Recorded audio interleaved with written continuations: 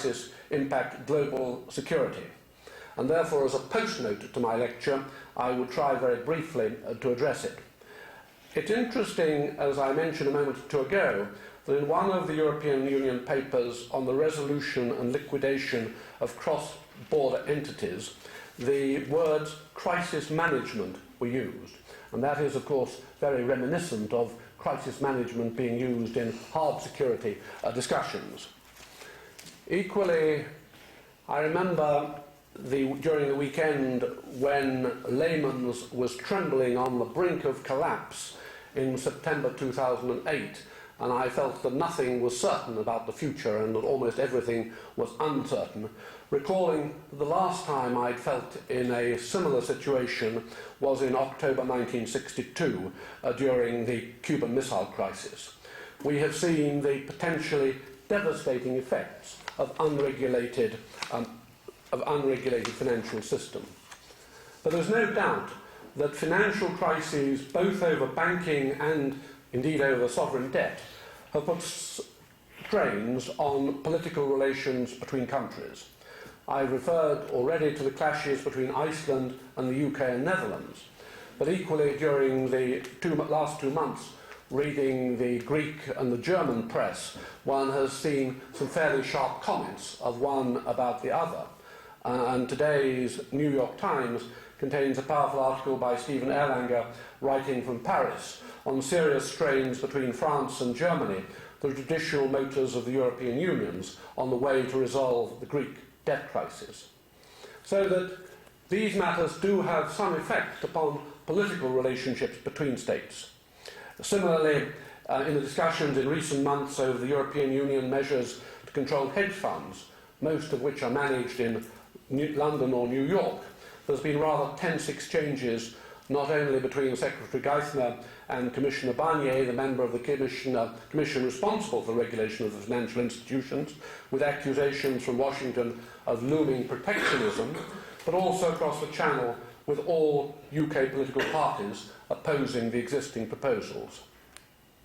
More seriously, there is a risk that economic recession following the financial crisis can influence public and political opinion against globalism and lead to introverted policies.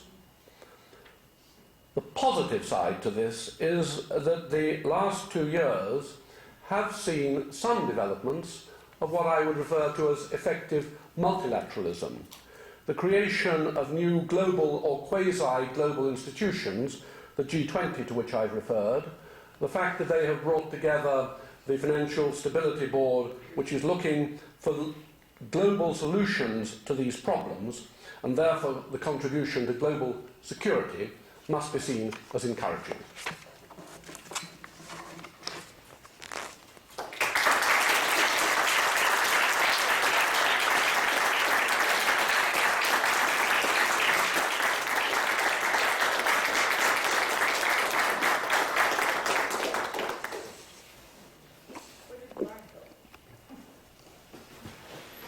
I should be very glad to take any comments or questions if people have questions or comments.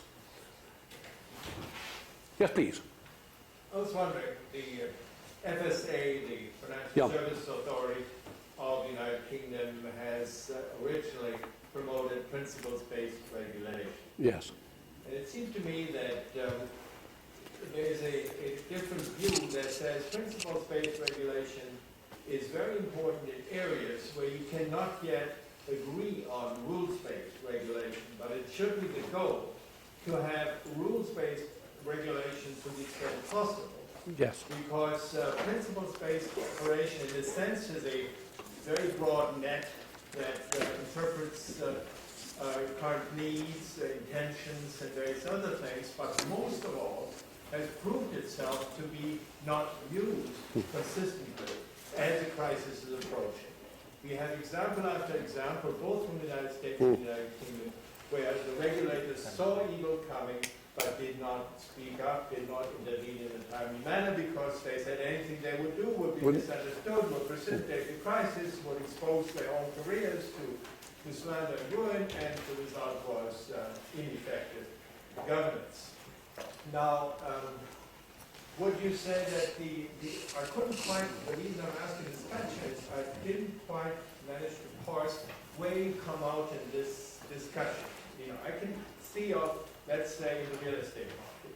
If the real estate prices, the United States, the Case-Shiller index, you know, rises by more than so much year after year, there ought to be a point where you raise, you lower loan value ratio or origination or something. Do something on that that provides a cushion of security. So that you can think of mechanisms that will do that. But I wasn't sure where you came out between the principles and the rules-based approaches to regulation.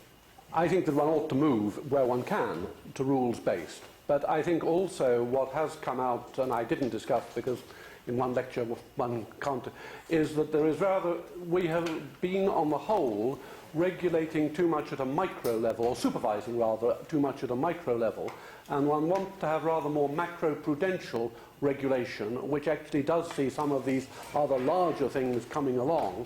And because this can be taken by people who are probably at a rather more senior level, they can act. But then I think that also means that I did say that I do think that central banks, I mean, I happen to feel that there was a mistake in that they were not prepared to lean against certain developments. And there one does get the impression that there has been some learning, from experience, and it's no longer that you must, on some occasion, be prepared to take away the punch bowl.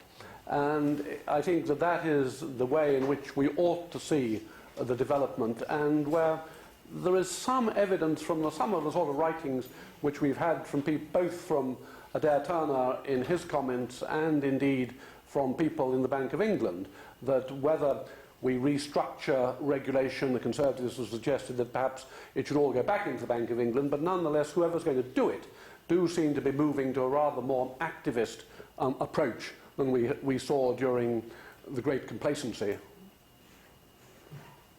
Thank you. I was just wondering if maybe you thought that it could be as simple as the age-old principal-agent relationship problem, where the CEO is also the chairman of the board, and they're not checking each other appropriately, and they're issuing stock that is restricted, that yields higher returns, but doesn't allow you to have a vote as far as corporate relationships. It just seems like a lot of these corporations, not just banks, whenever they make a quick profit, they'll pull the capital out of the bank in terms as bonuses instead of reinvesting, because they don't really have much skin in the game. Well, I didn't discuss the question of remuneration and the ways in which one could ensure that the actors in these bodies were taking their responsibilities more seriously. I do believe that that is areas which certainly should be explored, and there have obviously been discussions both in the G20 and elsewhere. But I think that sometimes there has been a tendency to spend more attention upon bonuses, and there is a slight populist tendencies of thinking that bonuses are what one should go for, whereas I think one really wants to look more seriously at some of the more fundamental reforms. And there's a danger, I think sometimes, in the same way as, for instance, on the continent of Europe, there's a sort of great paranoia about what hedge funds could or could not do, and given too much weight to the assumption that they are really having a very negative effect, where it's very difficult to show that they had a significant effect in terms of the the financial crisis. So that I think that, yes, you're right, and I think we should try and ensure that there is more responsibility within firms. There ought to also, and again, that is one of the arguments, I think, which is developed, and I quoted from Andy Haldane, who is really very concerned that in these very large and complex institutions, people are not really clear of what is happening, and that indeed it is therefore in small institutions that you're more likely to have greater responsibility. And of course, the question of reducing size is something which was argued by the President and Paul Volcker as well, and indeed is, I think, implicit, at least in the House's variation of the legislation. I'm not quite sure how far it is at this stage in the Senate, in Senator Dodd's version. David. do you have some experience in trying to balance ideal solutions with popular expectations and so forth? What I would like to at least try to give some feeling for is how does one deal with what is very, very clearly popular rap and still get the kind of reforms which are necessary, which are fairly complex reforms? Well, I think that quite clearly, you know, both in this country and in the UK, when the sort of bonuses which have been paid out even more recently by banks, there has been very great indignation in the UK. There has been a taxation introduced, but then that hasn't made very much difference because the bonuses have just been increased so that the net effect isn't very different. So it's quite difficult to pin these things down. But I think that part of the problem is one which I tried to touch on, and one of the reasons why it is quite difficult to get satisfactory models is because of the differences in the culture of banking and of the structure of banking in different jurisdictions. Whereas, in fact, the concept of a sort of model which would be either Glass-Steagall or Glass-Steagall-Knight, or the distinction between investment banking and current account and then banking in the normal sense, is something which is understood in the US and the UK and in some other countries, in Canada for instance, which was very well regulated and of course had very little difficulties. It's very, I mean, if one wants to look at the way as to how one ought to regulate, look at Canada. Canada had hardly any difficulties, and I haven't spent enough time studying it, but I think it is a very interesting example. But I think that on the other hand, you see, we do have in Europe countries like Germany and France and Switzerland, where they have always had large universal banks. And therefore, if you were, how one is able to move to a structural solution, either the sort which I quoted from, well, even Volcker's rule, is really quite difficult to see at an international level. And if you cannot find a common arrangement, then there's always the problem of banks going to the place where they can get away with things. You'll remember when the report came out on Lehman Brothers, they had gone to London to get an agreement by a lawyer on one kind of 105 repo. Going back even further, the whole of the growth of the City of London in the 1960s and the 70s were because, in fact, because of Glass-Steagall operating in the United States, stuff came to London to use the Eurobond and the Eurodollar market. So there's always been this risk, and indeed similarly with AIG, who carried out a great deal of their activities because the regulatory conditions were different in the UK compared with the US. And therefore this problem of trying to find universal solutions, and that is why obviously the work in the Financial Standards Board is very important. But the difficulties are that the structural reforms, which intellectually I believe are necessary, practically I see as being extremely difficult to implement because of the differences in banking arrangements in different parts of even the developed world. Yes? To what extent do you feel that some of the structural reforms, like making them smaller, Yeah. reducing the leverage, to what extent do you think that still doesn't solve the problem so long as you allow these really complex financial instruments, where it seems this is built on these mathematical models that people can't really even comprehend? And at least some of the literature I've seen for discourse in the United States is talking about the problems of just the sheer complexity of the financial instruments themselves. And that, from a complex systems perspective, it introduces a whole other level of unpredictability and instability that maybe some of these these other structural reforms don't address. I'm just wondering to the extent that these other Well, structural reforms are done if you don't I deal mean, with the complex instruments. one of the dimensions of complexity was the creation of shadow banking arrangements of various sorts, and I believe that one ought to be able to find ways in which that becomes apparent. I mean, there was a, I think that is where supervisors really ought to be able to be more effective than they have been, although I agree that if one looks at the US experience, one had large numbers of supervisors crawling all over Lehman Brothers and apparently were not able to catch things. But it is, similarly, I think that, and I didn't discuss it in any detail, but there are obviously quite a lot of proposals to deal with derivatives and some of those particular sets of interest. The idea that there should be central clearing, so there is a good deal more transparency of what is going on, seems to me to be necessary. There's a great deal of pressure in some countries in Europe that we should no longer have naked CDSs.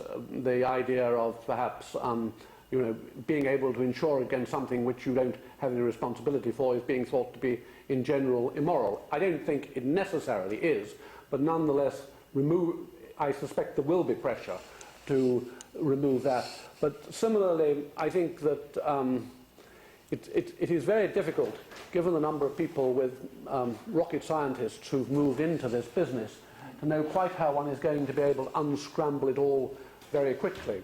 But I think that the quality, the only thing which I can say, is that my impression and what one has learnt from discussions with the people who are developing and improving the regulatory arrangements in the UK and the supervisory arrangements in the UK suggests that a good deal more attention. One would like to think that people have learned something, and whether it will be enough to be able to deal with what will continue to have some dimensions, but smaller banks on the whole less complex. But how far you have to really shrink them before they do get to a size where they're not going to create problems, I'm not sure. I mean, that is, as I always say when I don't know the answer, that's a very good question. Yes, please. Just kind of in the same vein, do you think that any of the demand for sort of the Glass-Steagall 2.0, if you want to call it that, comes from the populist outrage that happened as a result of the crisis?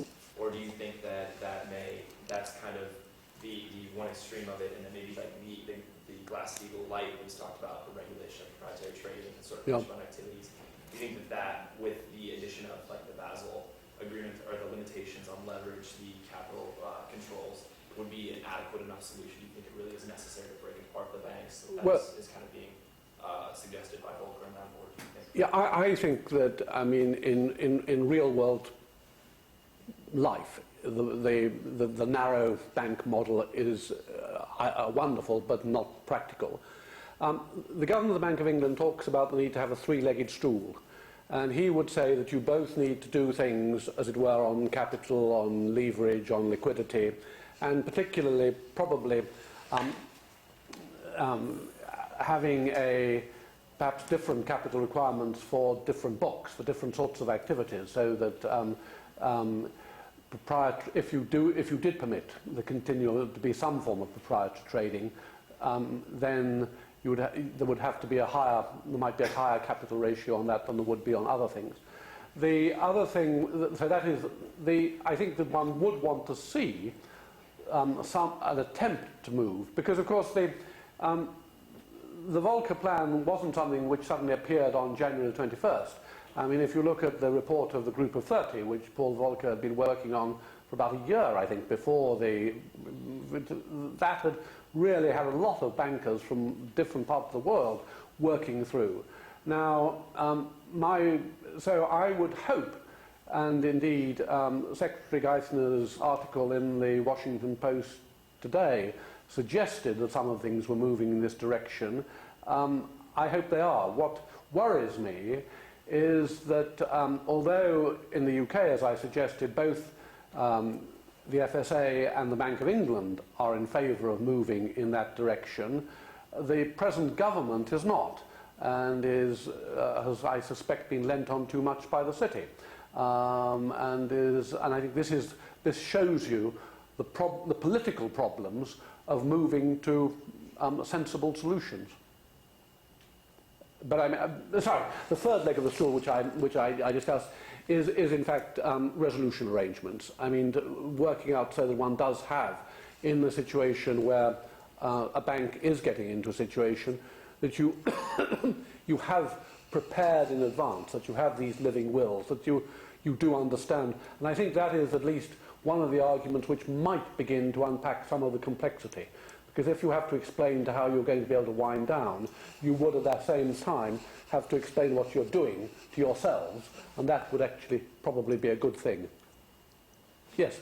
Sorry. You mentioned it earlier about the winding down, the body who actually will oversee that. You kind of mentioned the European model that they're... Well, the European Commission has put forward a proposal to see whether there could be a European resolution authority, but this is very difficult because governments, they feel, the British government in particular, resists this on the grounds that if you did have a European resolution authority, you would be taking some responsibility to pay for this body. And on the whole, they feel that that should not be the case. But that is why they would say, and it is very much the view of the bank and of the regulator, they would like to see, when you do have an international bank, that they have subsidiaries in the other countries, so that there is a separate unit rather than a branch. And that, I think, would help to some extent in terms of the cross-border problem. So it would be invested into Yes. its own Yeah. Yes. Let me go back. My problem wasn't really with the populist thing and the bonuses. Yeah. It's more of a, as an ex-banker, a lot of my small business customers wouldn't pay themselves a salary. They would leave a lot of the profits in the business Sure. to continue to grow. Yeah. What I'm talking about is once companies get so big that they start to incorporate in Delaware with looser tax laws or offshore, they kind of lose sight of the incentives to grow the business as a sustainable instrument, and they begin to just, take what they can when they can and save themselves. So I'm just wondering if it doesn't need to be as complex as regulating and everything, but for people who are owners in a business and stockholders, to actually take control, show up at the board meeting, and not let the top guys take everything, like in a credit union.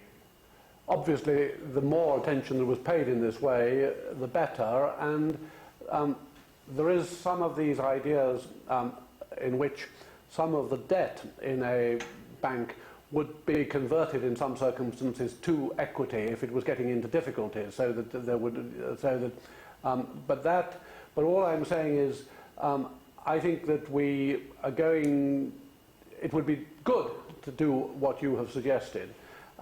What I think is, how does one create incentives to ensure that that sort of activity is taken, rather than the incentive at the moment, which seem to run in other directions? What are the actions which should be taken? I would be very interested to know the answers to that. I don't.